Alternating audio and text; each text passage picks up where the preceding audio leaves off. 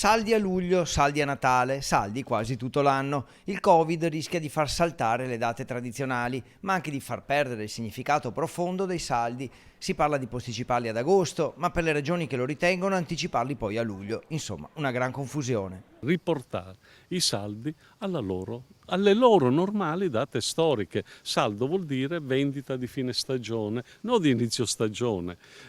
Fare i saldi subito dopo Natale, fare i saldi quando inizia l'estate, non sono saldi. La priorità, secondo i commercianti, è quella di evitare nei 30 giorni precedenti ai saldi qualunque vendita promozionale. Farli fuori dalle finestre tradizionali significa far perdere ai saldi la loro essenza, la loro funzione comunicativa, la loro storia. Con i saldi c'è un importante recupero economico di magazzino. Ridare ai saldi la loro dignità comunicativa, il loro interesse che hanno sempre avuto. Se non cogliamo questa opportunità, probabilmente perdiamo quello che è l'essenza dei saldi e poi possiamo fare anche i saldi tutto l'anno.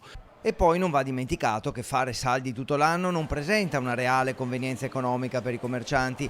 Svendere tutto l'anno crea problemi poi per sostenere tutte le spese e i costi che si devono affrontare e quelli no, non vanno mai in saldo. Non è possibile svendere le merci tutto l'anno perché i negozi costano, l'affitto costa, i dipendenti costano, per cui non è pensabile che ci sia una vendita costante sotto costo.